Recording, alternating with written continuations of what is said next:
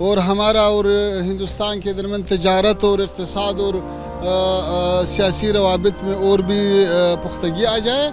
और अफगानिस्तान की धरती पर आज कुछ ऐसा हो रहा है जो दुनिया की किसी भी किताब में नहीं लिखा, पर इतिहास में दर्ज होने वाला है।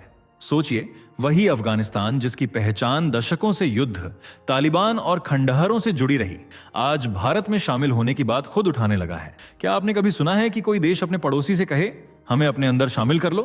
यही वजह है कि आज पूरी दुनिया की नजरें काबुल पर टिकी हैं, और शायद आपकी भी। लेकिन असली सवाल यह नहीं कि अफगानिस्तान क्या चाहता है। सवाल यह है कि अगर अफगानिस्तान सच में भारत के दरवाजे पर दस्तक दे दे, तो क्या भारत दुनिया के सबसे बड़े भू राजनीतिक ट्विस्ट के लिए तैयार है?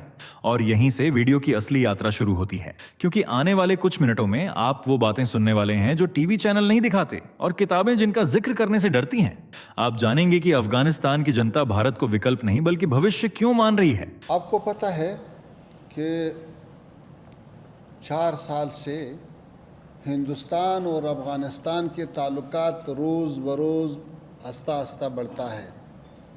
आप समझेंगे कि क्यों तालिबान की चुप्पी साधारण खामोशी नहीं बल्कि एक खतरनाक संकेत है।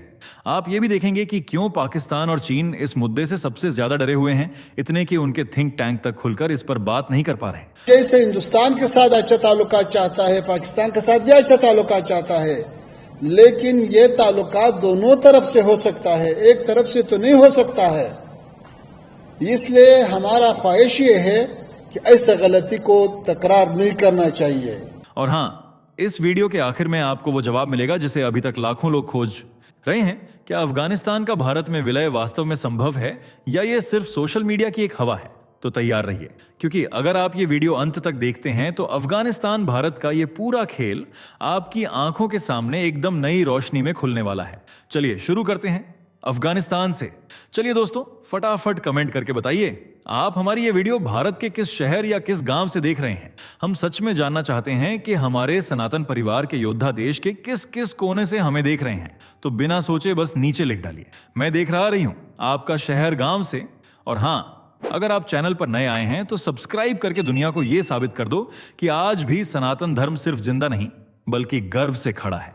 वीडियो को लाइक करना मत भूलना, आपका एक लाइक हमें हजारों लोगों तक पहुंचा देता है। चलिए अब बिना देर किए वीडियो में आगे बढ़ते हैं। एक समय था जब अफगानिस्तान, पाकिस्तान, बांग्लादेश ही नहीं बल्कि आज के 57 मुस्लिम देश भारतवर्ष का हिस्सा हुआ करते थे। इसे ही हम अखंड भारत कहते हैं। ये कोई धार्मिक या राजनीतिक कल्पना नहीं बल्कि ऐतिहासिक सच्चाई है।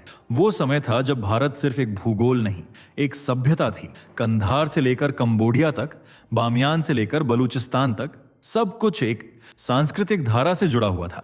धर्म, भाषा, जीवन शैली, सब में एक अद्भुत समरसता थी।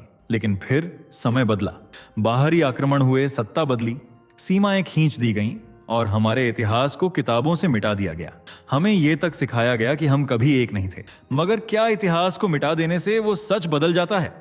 आज जब अफगानिस्तान में फिर से भारत के समर्थन में आवाजें उठ रही हैं, जब काबुल से लेकर खस्त तक लोग भारत में विलय की बात कर रहे हैं, तो क्या ये उसी भूले बिसरे इतिहास की वापसी है? क्या अखंड भारत सिर्फ अतीत का सपना था, या फिर वो भविष्य का संकेत है जो हमारे दरवाजे पर दस्तक दे रहा है? आज की इस वीडियो में हम जानेंगे, क्या वाकई अफगानिस्तान भारत में शामिल होने जा रहा है? और अगर हां, तो इसके मायने क्या होंगे भारत, अफगानिस्तान और पूरे दक्षिण एशिया के लिए? जरा एक पल के लिए अपनी आंखें बंद कीजिए और सोचिए, अफगानिस्तान की सड़कों पर हजारों लोग खड़े हैं, हाथों में भारत का तिरंगा, होठों पर एक ही नारा, हमें भारत में शामिल होना है। ये कोई फिल्मी सीन नहीं, ये उन शहरों की सच्ची तस्वीर है जो आजादी की उम्मीद में सांस ले रहे हैं। काबुल, हेरात, गजनी, कंधार और खस्त। काबुल यूनिवर्सिटी के छात्र अपने हाथों में पोस्टर लेकर खड़े हैं, हमें शिक्षा चाहिए, आजादी चाहिए, भारत चाहिए। हेरात की महिलाएं भारत के लोकतंत्र को आदर्श मानते हुए सड़कों पर निकल रही हैं, न डर न झिझक, बस आंखों में एक ही सपना। बुजुर्ग कहते हैं, हमने शांति देखी थी, हमने युद्ध भी देखा है, अब वक्त है एक सही फैसला लेने का। ये कोई राजनीतिक पार्टी की चाल नहीं, ये उस थकी हुई, टूटी हुई और हर रोज डर के साये में जी रही जनता की पुकार है, जो अब खामोश नहीं रहना चाहती। उन्होंने बहुत कुछ खो दिया है, घर, रोजगार, अपने बच्चे। अब वो सिर्फ एक चीज चाहते हैं, एक सुरक्षित भविष्य, और उस भविष्य का नाम है भारत। क्या आपने कभी सुना है कि कोई देश खुद कह रहा हो, हमें आपसे जुड़ना है? अफगानिस्तान आज वही कर रहा है, और ये सिर्फ मांग नहीं, ये इतिहास को फिर से जीने की चाह है।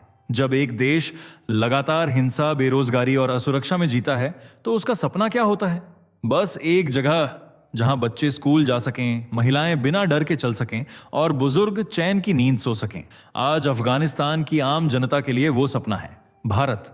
भारत जहां संविधान हर नागरिक को बराबरी का अधिकार देता है, जहां लोकतंत्र की नींव इतनी मजबूत है कि हर 5 साल में जनता सत्ता बदल सकती है, बिना गोली चले, बिना खून बहे। काबुल की एक छात्रा कहती है, हमें किताबें चाहिए, हथियार नहीं, हमें भारत चाहिए, क्योंकि वहां लड़कियां डॉक्टर बनती हैं, नेता बनती हैं। भारत में हर साल लाखों युवा पढ़ाई करते हैं, स्टार्टअप शुरू करते हैं, अंतरिक्ष में पहुंचते हैं, और वहीं अफगान युवा या तो बेरोजगार हैं या पलायन के लिए मजबूर। भारत उनके लिए एक दरवाजा है जिस पार है भविष्य, एक ऐसा भविष्य जिसमें है शिक्षा, रोजगार, स्वास्थ्य और सबसे जरूरी सम्मान। अफगानी लोग भारत को एक सुपर पावर के तौर पर नहीं, बल्कि एक स्थिर और सहानुभूति से भरे पड़ोसी के तौर पर देखते हैं। एक ऐसा देश जो न सिर्फ ताकतवर है बल्कि दिल से भी बड़ा है। तो जब अफगानी भारत में शामिल होने की बात करते हैं, वो सिर्फ एक पासपोर्ट नहीं मांगते, वो एक नया जीवन मांगते हैं जो शायद उन्हें सिर्फ भारत दे सकता है। जिस तालिबान का नाम सुनते ही डर का एक साया छा जाता है, वही तालिबान आज चुप क्यों है? जब अफगान जनता सड़कों पर उतरकर भारत में शामिल होने की मांग कर रही है, तो तालिबान जो हर आवाज को कुचलने के लिए जाना जाता है, वो अब तक शांत क्यों है? और सिर्फ शांत ही नहीं, कुछ रिपोर्ट्स के मुताबिक तालिबान के कुछ स्थानीय नेता भारत के स्थायित्व और नेतृत्व की तारीफ करते दिखे हैं। उन्होंने प्रधानमंत्री मोदी की विकास नीतियों को व्यावहारिक और सहायक कहा है। क्या यह सच में एक नए तालिबान की पहचान है या फिर सिर्फ एक चाल? कई विश्लेषक मानते हैं कि तालिबान के अंदर अब 2 धड़े हैं। एक पुराना कट्टरपंथी तबका जो भारत से दुश्मनी निभाना चाहता है, और दूसरा युवा व्यावसायिक तबका जो जानता है कि अगर देश को फिर से खड़ा करना है तो भारत जैसे पड़ोसी की जरूरत पड़ेगी। तालिबान को भी पता है कि चीन और पाकिस्तान के वादों में भरोसा अब बचा नहीं, और भारत वही देश है जिसने बिना शर्त अफगान छात्रों को शिक्षा दी, दवाइयां भेजी और अस्पताल बनाए। तो क्या यह चुप्पी एक स्वीकृति है या एक तूफान से पहले की शांति? इस सवाल का जवाब तो आने वाला वक्त देगा। लेकिन एक बात साफ है, जब दुश्मन भी तारीफ करने लगे तो बदलाव की हवा जरूर बह रही होती है। क्या यह बदलाव अफगानिस्तान के भविष्य को मोड़ देगा, या यह सिर्फ एक नई रणनीति है पुरानी सोच को छुपाने की? कभी आपने सोचा है कि अफगानिस्तान और भारत के रिश्ते सिर्फ कूटनीतिक नहीं बल्कि आत्मिक क्यों लगते हैं? क्यों जब अफगानी जनता भारत की ओर देखती है तो वो सिर्फ एक पड़ोसी नहीं बल्कि एक पुरानी पहचान को तलाश रही होती है? इसका जवाब छिपा है इतिहास के उन पन्नों में जिन्हें हमने भुला दिया है, पर उन्होंने हमें कभी नहीं छोड़ा। प्राचीन काल में अफगानिस्तान का एक बड़ा हिस्सा गांधार कहलाता था, जहां बौद्ध धर्म की शिक्षा, कला और दर्शन फला फूला। सम्राट अशोक का धर्मचक्र जब घूमता था तो उसकी गूंज काबुल की वादियों तक सुनाई देती थी। बामियान की गुफाओं में बनी बुद्ध की विशाल मूर्तियां इस साझा विरासत की गवाह हैं, जिन पर न धर्म की दीवार थी न राजनीति का जहर। इतिहास सिर्फ राजा महाराजाओं की कहानियां में नहीं होता, वह उन भावनाओं का संगम होता है जो समय से परे चलती हैं। रविंद्रनाथ टैगोर का काबुली वाला कोई काल्पनिक पात्र नहीं था, वो एक प्रतीक था भारत और अफगानिस्तान के दिलों के रिश्ते का। ये रिश्ता खून से नहीं, संस्कृति से बना था, ना तलवार से ना व्यापार से, बल्कि उस साझा सपने से जिसे दोनों देशों के लोग पीढ़ियों से देखते आए हैं। आज जब अफगान लोग भारत के साथ जुड़ने की बात करते हैं तो वो सिर्फ राजनीति नहीं कर रहे, वो उस इतिहास को फिर से जीना चाहते हैं जो कभी उनका वर्तमान था। अब तक हमने अफगानिस्तान के नजरिए से बात की, लेकिन सवाल ये भी है, अगर अफगानिस्तान भारत में शामिल होता है तो भारत को क्या मिलेगा? जवाब है सिर्फ एक नया भूभाग नहीं बल्कि एक रणनीतिक वरदान। अफगानिस्तान भारत के लिए मध्य एशिया का गेटवे बन सकता है। आज भारत को ऊर्जा के लिए पश्चिमी एशिया और रूस जैसे देशों पर निर्भर रहना पड़ता है, लेकिन अफगानिस्तान के जरिए भारत को सीधे उन तेल और गैस भंडारों तक पहुंच मिल सकती है जिन तक पहुंचना अब तक सपना था। और बात सिर्फ तेल की नहीं है, लिथियम, यूरेनियम और अन्य कीमती खनिज संसाधनों के मामले में अफगानिस्तान एक अपराधग्रस्त खजाना है। भारत की टेक्नोलॉजी और अफगान जमीन मिलकर आने वाले वर्षों की गेम चेंजर जोड़ी बन सकती है। व्यापार के लिए अफगानिस्तान का लोकेशन अद्भुत है। वो मध्य एशिया, यूरोप और रूस को जोड़ने वाला प्राकृतिक पुल है। इसके जरिए भारत की टेलीकॉम कंपनियां, कृषि उत्पाद, टेक इंडस्ट्री और इंफ्रास्ट्रक्चर फर्म्स को एक नया बड़ा बाजार मिल सकता है। रक्षा की दृष्टि से भी यह भारत के लिए एक गहरी सामरिक पहुंच का मौका है, खासकर पाकिस्तान और चीन के बीच अपनी स्थिति को मजबूत करने के लिए। सीधे शब्दों में कहें, अगर यह बदलाव होता है तो भारत सिर्फ एक बड़ा देश नहीं बनेगा, बल्कि एक निर्णायक शक्ति बन जाएगा। अगर अफगानिस्तान भारत में शामिल होता है तो इसका सबसे बड़ा झटका किसे लगेगा? जवाब है पाकिस्तान और चीन। पाकिस्तान के लिए अफगानिस्तान हमेशा स्ट्रेटेजिक डेप्थ रहा है, एक ऐसा क्षेत्र जिसे युद्ध के समय इस्तेमाल किया जा सके और जहां वो भारत के खिलाफ परोक्ष युद्ध छेड़ सके। लेकिन अगर काबुल भारत के साथ जुड़ जाता है तो पाकिस्तान की ये गहराई उसकी सबसे बड़ी कमजोरी बन जाएगी। अब सोचिए, भारत की उपस्थिति उसके पश्चिमी बॉर्डर तक पहुंच जाए, यानी पाकिस्तान अब दो तरफ से घिर जाएगा। न सिर्फ उसकी सैन्य रणनीति कमजोर होगी, बल्कि उसकी कूटनीतिक ताकत भी धराशायी हो जाएगी। और चीन, उसके लिए अफगानिस्तान एक की स्टोन है, वन बेल्ट वन रोड यानी ओबोर प्रोजेक्ट का अहम हिस्सा। अफगानिस्तान में भारत की एंट्री का मतलब है चीन की अरबों डॉलर की योजना खतरे में। उसका डर सिर्फ आर्थिक नहीं, राजनीतिक भी है कि कहीं भारत की बढ़ती पहुंच से उसके पश्चिमी प्रांतों में अस्थिरता ना फैल जाए। इन दोनों देशों के लिए यह बदलाव एक दुस्वप्न से कम नहीं, और इसीलिए वे हर संभव कोशिश करेंगे कि ये कदम कभी हकीकत ना बने।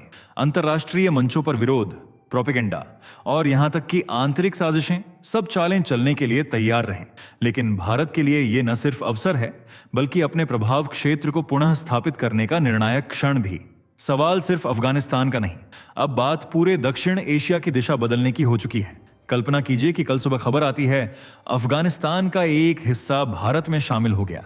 सुनने में जितना रोमांचक लगता है, असलियत में उतनी ही जटिल चुनौती बन जाता है। भारत को सिर्फ एक नया नक्शा नहीं संभालना होगा, बल्कि एक पूरी नई प्रशासनिक और संवैधानिक व्यवस्था खड़ी करनी होगी। सबसे पहले सवाल उठेगा नागरिकता का। क्या अफगानिस्तान के लोग स्वतः भारतीय नागरिक बन जाएंगे या उन्हें एक लंबी प्रक्रिया से गुजरना होगा? फिर भाषा, क्या वहां हिंदी, उर्दू या अफगानी भाषाओं को आधिकारिक दर्जा मिलेगा? न्यायिक प्रणाली कैसे लागू होगी? क्या भारतीय कानून सीधे प्रभावी होंगे या कोई विशेष संवैधानिक संशोधन किया जाएगा?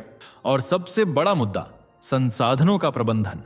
एक ऐसे क्षेत्र में जहां सालों से बुनियादी ढांचा टूट चुका है, भारत को अस्पताल, स्कूल, न्यायालय और पुलिस व्यवस्था जैसी मूलभूत चीजें जमीन से खड़ी करनी होंगी। राजनीतिक मतभेद भी उभरेंगे। विपक्ष सवाल उठाएगा, क्या यह फैसला जनमत से हुआ या सिर्फ भावना में बहकर? लेकिन अगर भारत ने जम्मू कश्मीर में अनुच्छेद 370 जैसी संवैधानिक चुनौती को पार किया है, तो क्या अफगानिस्तान के साथ भी ऐसा संभव नहीं? यह कोई आसान राह नहीं होगी, लेकिन अगर तैयारी और नीति मजबूत हो तो यह एक ऐतिहासिक पुनर्गठन बन सकता है, जो न केवल अफगानिस्तान का भविष्य बदलेगा, बल्कि भारत की वैश्विक भूमिका को नई ऊंचाई देगा। कभी कभी कोई कल्पना इतनी सजीव होती है कि वह भविष्य की झलक जैसी लगती है। क्या अफगानिस्तान का भारत में विलय सिर्फ एक काल्पनिक विचार है, या वो बीज है जो धीरे धीरे आने वाले समय में आकार ले रहा है? अब एक दृश्य सोचिए, काबुल की सड़कों पर बच्चों के हाथों में किताबें हैं, न कि हथियार। हेरात के स्कूलों में लड़कियां हंसी के साथ गणित पढ़ रही हैं। मस्जिदों और मंदिरों के बीच कोई दीवार नहीं है, बल्कि एक साझा संस्कृति की पुल है। दोनों देशों के झंडे, तिरंगा और अफगानी रंग साथ साथ लहरा रहे हैं। नफरत की भाषा खत्म हो गई है और उसकी जगह ले ली है सहयोग और सम्मान ने। जहां कभी गोलियों की आवाज आती थी, आज वहां संगीत गूंजता है। खेतों में किसान अब युद्ध के डर से नहीं, मौसम के भरोसे फसल उगा रहे हैं। ये सिर्फ एक सपना नहीं, बल्कि एक संभावना है, अगर सही नेतृत्व, सही नीति और सही भावना साथ हो। और शायद यही वजह है कि आज अफगानी जनता इस असंभव से लगने वाले विचार को अपनी आवाज बना रही है। क्योंकि जब इतिहास करवट लेता है तो वह सिर्फ घटनाएं नहीं बदलता, वह पूरी पीढ़ियों की किस्मत लिख देता है। और हो सकता है ये वही करवट हो जिसकी आहट हमें अब सुनाई देने लगी है। अब तक आपने वो सब देखा और सुना जो अफगानिस्तान और भारत के भविष्य को लेकर एक नई दिशा दिखा रहा है। लेकिन अब सवाल आपसे है, क्या अफगानिस्तान का भारत में विलय सच में मुमकिन है, या ये सिर्फ एक भावनात्मक कल्पना है जो जमीनी सच्चाई से बहुत दूर है? क्या यह कदम अखंड भारत की ओर पहला साहसी कदम होगा, या एक ऐसा फैसला जो भारत को प्रशासनिक, कूटनीतिक और सामाजिक चुनौतियों के गहरे दलदल में धकेल सकता है? कुछ लोगों के लिए यह एक सुनहरा मौका है, साझी विरासत को फिर से जीने का। दूसरों के लिए यह एक खतरा है, भारत की एकता, संसाधनों और सुरक्षा के लिए। पर आखिर में देश किस दिशा में जाएगा, इसका निर्णय सिर्फ नेताओं या सरकार का नहीं होगा, बल्कि आपका होगा। तो नीचे कमेंट में बताइए, क्या आपको लगता है अफगानिस्तान को भारत में शामिल होना चाहिए? क्या यह एक सुनहरा मौका है या एक जोखिम भरा फैसला? अगर आपको यह वीडियो ज्ञानवर्धक और विचारोत्तेजक लगा हो तो उसे लाइक जरूर करें, शेयर करें और ऐसे ही राष्ट्र निर्माण से जुड़े गहरे विश्लेषणों के लिए चैनल को सब्सक्राइब करें, क्योंकि यह बहस सिर्फ एक वीडियो की नहीं, ये उस भविष्य की है जो हम सब मिलकर बना सकते हैं। जय हिंद, जय भारत। दोस्तों, आपको स्क्रीन पर 2 और वीडियोस दिखाई दे रही हैं, जिसे देखने के लिए स्क्रीन पर क्लिक करें।